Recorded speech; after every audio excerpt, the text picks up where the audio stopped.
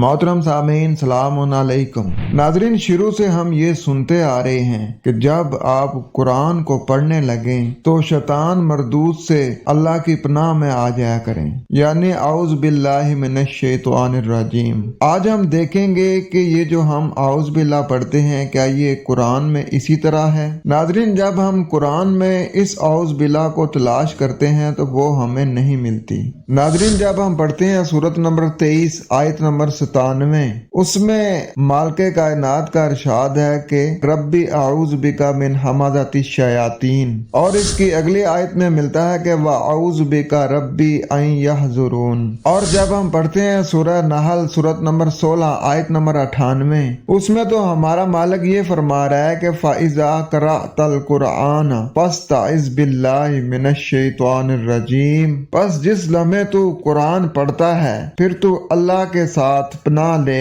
आयतों से दूर करने वाले रद्द किए गए से। नाजरीन, इससे ये पता चलता है कि जो हदायत अल्लाह ताला दे रहा है हमें उन हदायत को फॉलो करना है, और गैर कुरानी जितने भी अल्फाज हैं, जितने भी अमाल हैं, उनसे अपनी जान छुड़ानी है। अगर आउज़ बिल्लाहि मिनश शैतानिर रजीम ही पढ़ना होता तो वो अल्लाह ताला इस किताब में लिख देता। क्या इंसान इतने इल्म में आगे बढ़ गए हैं कि जो चीज अल्लाह को पता नहीं थी वो इंसानों को पता चल गई और उन्होंने कुरान को शुरू करने से पहले ये चीजें पढ़ना शुरू कर दी। तो कुरान में जिस अमल का जिक्र नहीं, हमें उस अमल की फिक्र नहीं।